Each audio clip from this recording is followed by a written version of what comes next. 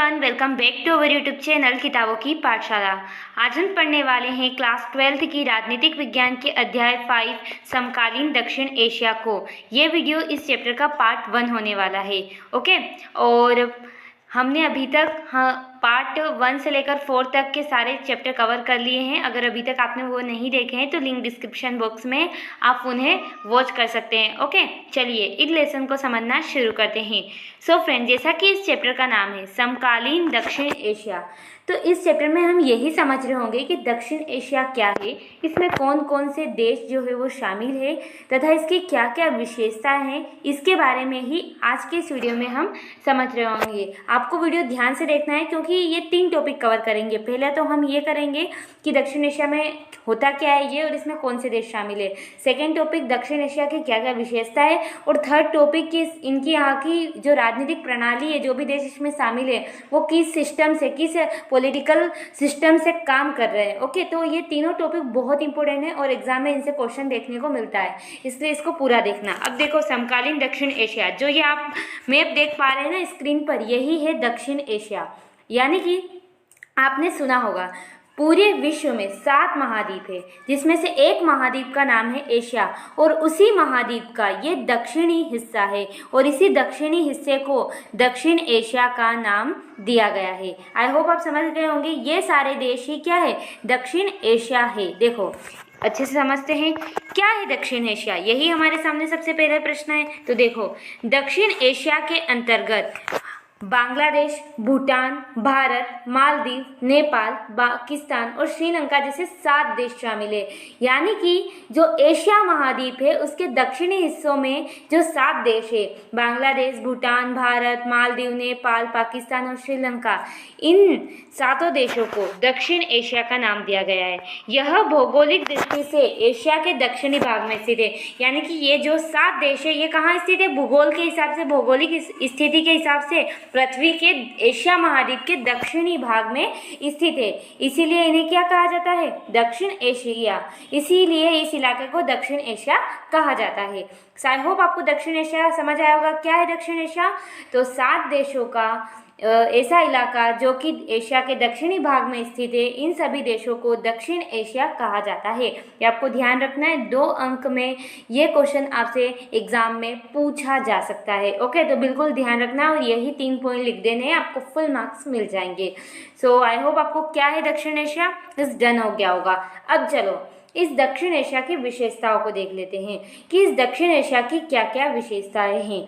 तो देखो दक्षिण एशिया की निम्नलिखित विशेषता है। सबसे पहली जो विशेषता है वो है दक्षिण एशिया में भारत, पाकिस्तान, बांग्लादेश, नेपाल, भूटान, श्रीलंका, मालदीव शामिल है। साथ ही कभी कभी अफगानिस्तान और म्यांमार को भी इसमें शामिल किया जाता है। तो पहली विशेषता तो आपको यही बता देनी है जो इसकी डेफिनेशन होती है कि इसमें ये देश शामिल है। ओके, और साथ में कभी कभी क्या हो जाता है, इसमें अफगानिस्तान और म्यांमार जैसे देशों को भी शामिल कर लिया जाता है। तो बस पहली विशेषता तो आपको यही बता देनी है। अब देखो ध्यान से दूसरी विशेषता, यह एक ऐसा क्षेत्र है जहाँ सद्भावना, शत्रुता, आशा, निराशा एवं पारस्परिक संबंध, यहाँ संघ की जगह आएंगे संबंध, साथ साथ या विश्वास बसते हैं, एक साथ बसते हैं। ओके, तो देखो ये जो क्षेत्र है ना वो ऐसा ही है। आप देख सकते हो भारत पाकिस्तान में झगड़े होते हैं, भारत पाकिस्तान के झगड़े हैं, तो यहाँ पे क्या है, शत्रुता भी है, सद्भावना भी होती है। बहुत बार भारत पाकिस्तान में सद्भावना हो जाती है। यहाँ पर देखो भूटान से कभी कभी रिलेशनशिप खराब हो जाते हैं। बांग्लादेश और पाकिस्तान को ही देख लो, दोनों एक है फिर भी वहाँ पर शत्रुता है, और अब स्थिति सद्भावना की बन चुकी है। तो सारे देशों के एक दूसरे से झगड़े के साथ साथ सद्भावनाएं भी है। तो ऐसी कहीं नहीं देखने को मिलेगा, ऐसा आपको सिर्फ दक्षिण एशिया में देखने को मिलेगा। तो ये इनकी खास विशेषता है दूसरी। ओके, तो आई होप आप दूसरी विशेषता समझ गए होंगे कि ये एक ऐसा क्षेत्र है जहाँ सद्भावना, शत्रुता, आशा, निराशा एक साथ बसते हैं। ओके, एक साथ बसते हैं, तो ये यहाँ की दूसरी विशेषता। अब तीसरी विशेषता, दक्षिण एशिया के उत्तर व दक्षिण में क्रमशः हिमालय पर्वत श्रृंखला तथा हिंद महासागर स्थित है। क्या कहा गया है, दक्षिण एशिया के उत्तर में हिमालय पर्वत और दक्षिण में हिंद महासागर स्थित है। अभी मैंने जो आपको मैप बताया था ना, अभी आप यहाँ पर आगे एक मैप देखोगे, देखो ये जो आप मैप देख रहे हो ये हमारा उत्तरी इलाका है। तो यहाँ पे क्या है, यहाँ पे हिमालय पर्वत है, ओके। और यहाँ पे आप अगर नीचे की साइड आओगे दक्षिणी हिस्से में, तो यहाँ पर आप क्या देखोगे, यहाँ पर आप हिंद महासागर देखोगे, ओके। तो ये इसकी दूसरी विशेषता, तीसरी विशेषता है कि उत्तर में आपको हिमालय पर्वत और दक्षिण में आपको हिंद महासागर देखने को मिलेगा, ओके। अब देखते हैं इसकी चौथी विशेषता। चौथी है दक्षिण एशिया के पूर्व व पश्चिम में, सॉरी यहाँ पर पक्षी गलत है, पश्चिम में क्रमशः बंगाल की खाड़ी और अरब सागर स्थित है। देखो मैप में देखो, ये जो हमारा पूरा दक्षिण एशिया है, तो यहाँ पर पूर्व में आपको और पश्चिम में दो चीजें दिखेगी, एक तो बंगाल की खाड़ी दिखेगी और एक अरब सागर दिखेगा, ओके। तो ये यहाँ की चौथी मुख्य विशेषता है, ओके। तो आई होप आप समझ गए होंगे कि इसकी, देखो पहली विशेषता तो आपको ऐसे ही याद रह जाएगी कि इसमें कौन कौन से देश शामिल है। दूसरा आपको बताना है ये एकमात्र ऐसा इलाका है जहाँ शत्रुता, सद्भावना, मित्रता और आशा निराशा एक साथ बसते हैं। तीसरी आपको दक्षिण एशिया के भौगोलिक दृष्टि से समझ आ जाएगा कि उत्तर में इसके हिमालय पर्वत है और दक्षिण में हिंद महासागर है। और यहाँ पे देख सकते हैं पूर्व में बंगाल की खाड़ी मिलेगी आपको और अरब सागर में क्या मिल जाएगा हमको, पश्चिम के इलाके में अरब सागर मिल जाएगा। तो ये इसकी 4 विशेषता हो गई। अब देखो पांचवी विशेषता है इसकी, दक्षिण एशिया हर अर्थ में विविधता से भरा पूरा क्षेत्र है। यहाँ भाषाई, सांस्कृतिक व सामाजिक विविधता है। यानी कि आप देखो ये जो पूरा इलाका है ना, ये बिल्कुल विविधता वाला है। आप देखोगे तो आप अगर हिंदुस्तान में देखोगे तो आपको हिंदू धर्म से जुड़े लोग दिखेंगे, उनकी अलग बोली है। आप हिंदुस्तान में अलग अलग देखोगे, पंजाबी, कुछ मुस्लिम समुदाय दिखेंगे। फिर आप पाकिस्तान की ओर जाओगे तो इस्लाम को मानने वाले लोग दिख जाएंगे। आप भूटान की तरफ, नेपाल की तरफ जाओगे तो और अलग तरीके के आपको लोग देखने को मिलेंगे।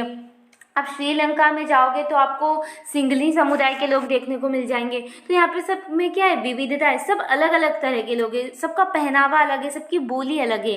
तो ये क्या है, विविधता से भरा पूरा एक क्षेत्र है। यहाँ पर अनेक तरह की भाषा बोली जाती है, यहाँ का समाज अलग अलग है, संस्कृति अलग अलग है और विविधता भी अलग अलग है। सब कुछ मतलब डाइवर्सिटी बहुत ही ज़्यादा है दक्षिण एशिया में। तो ये क्या हो गई, ये इसकी 5वीं विशेषता हो गई। सो आई होप आपको ये सारी विशेषताएं समझ आई होगी। एक एक करके हम इन्हें रिकॉल कर लेते हैं। देखो सबसे पहली विशेषता, भैया इसमें ये देश शामिल है। फिर सेकेंड, भैया यहाँ पर सद्भावना और शत्रुता, आशा निराशा, सारी चीज़ें एक साथ बसती है। तीसरी, उत्तर और दक्षिण में हिमालय पर्वत और हिंद महासागर है। उसके बाद दक्षिण एशिया के पूर्व पश्चिम में बंगाल की खाड़ी और अरब सागर देखने को मिलेगा।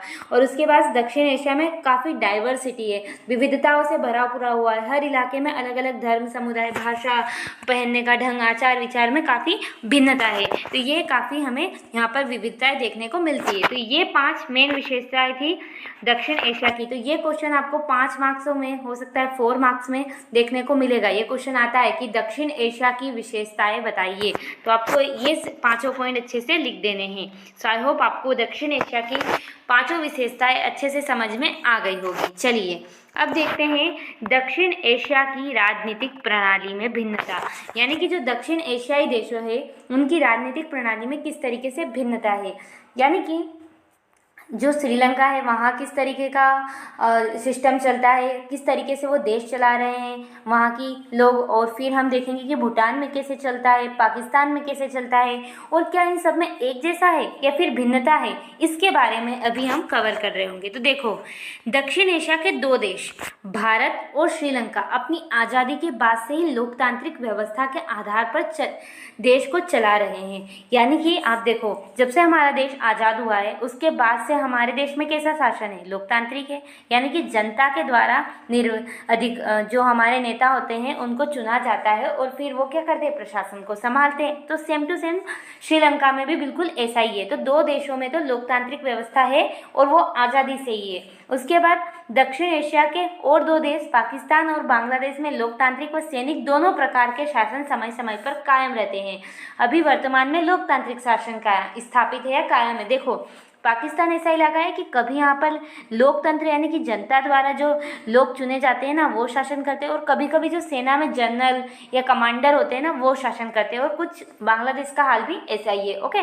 तो ये चीज़ें वहाँ पर होती रहती है, कभी सैन्य शासन आ जाता है वहाँ पर तो कभी लोकतांत्रिक शासन आ जाता है, और यहाँ तक कि अभी वर्तमान में लोकतांत्रिक शासन स्थापित है। अब देखो तीसरा है नेपाल। नेपाल में संवैधानिक राजतंत्र था। 2008 में राजतंत्र को समाप्त कर नेपाल एक लोकतांत्रिक गणराज्य के रूप में उभरा।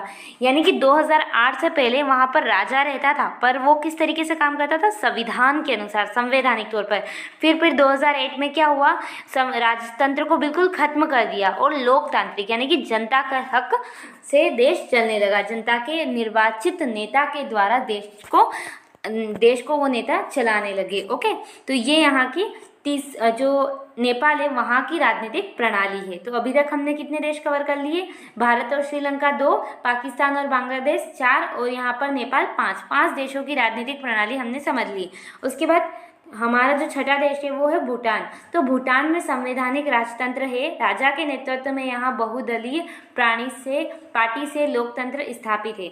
आप देखो, आप गूगल पे सर्च करना भूटान की रानी, प्रिंसेस, किंग, है ना, तो आपको देखने को मिलेगा। वो लोग आज भी है ना, और आप कमेंट में बताना कि उसका नाम क्या है। ओके, तो भूटान में संवैधानिक राजतंत्र है। राजा का शासन है पर संविधान के हिसाब से चलता है और राजा के नेतृत्व में, जो राजा रहता है उसी के नेतृत्व में क्या होता है? बहुदलीय पार्टी से लोकतंत्र स्थापित है। तो यहाँ पे राजतंत्र है और वो लोकतंत्र के हिसाब से स्थापित है। आई होप आपको समझ में आया होगा क्या कहना चाहती हूँ।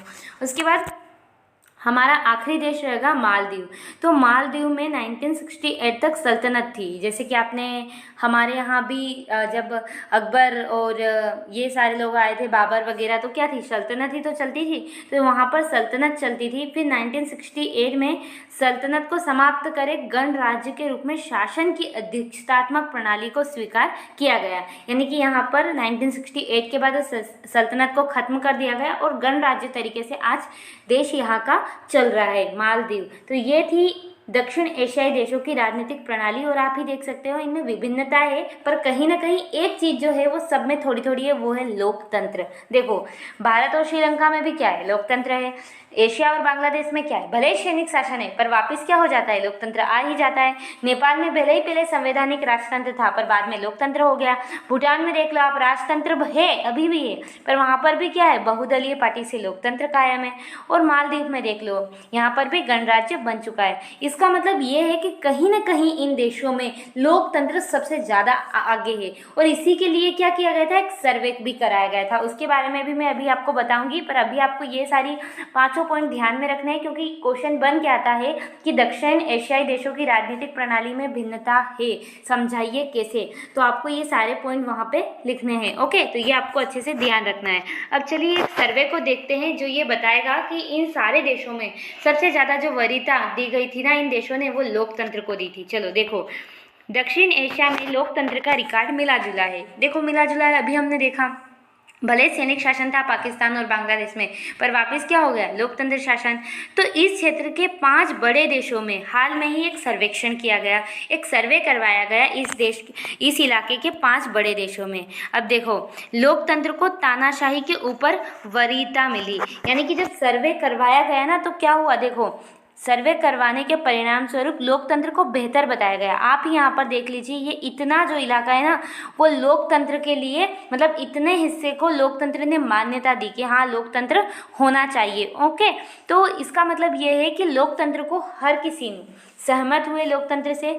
और आप भारत में देख लो, 70% जो थे लोगों का कहना था कि लोकतंत्र होना चाहिए। नेपाल में 62%, पाकिस्तान में 37% और श्रीलंका में 71% कहा गया कि लोकतंत्र होना चाहिए। और किसी में तानाशाही को कहा और किसको लगता है कि कोई फर्क नहीं पड़ता, कोई भी शासन हो। तो ऐसी स्थिति में एक चीज़ जो समझ में आए वो कि लोकतंत्र को सबसे ऊपर रखा गया, सबसे बेहतर माना गया सारे देशों ने। ओके, सारे देशों का अगर आप आंकड़ा कंपेयर करोगे, बस पाकिस्तान को छोड़कर आप देखो, पाकिस्तान में कोई फ़र्क नहीं पड़ रहा है, पर बाकी देश हैं उनको फ़र्क पड़ता है और वो लोकतंत्र ही कायम करना चाहते हैं।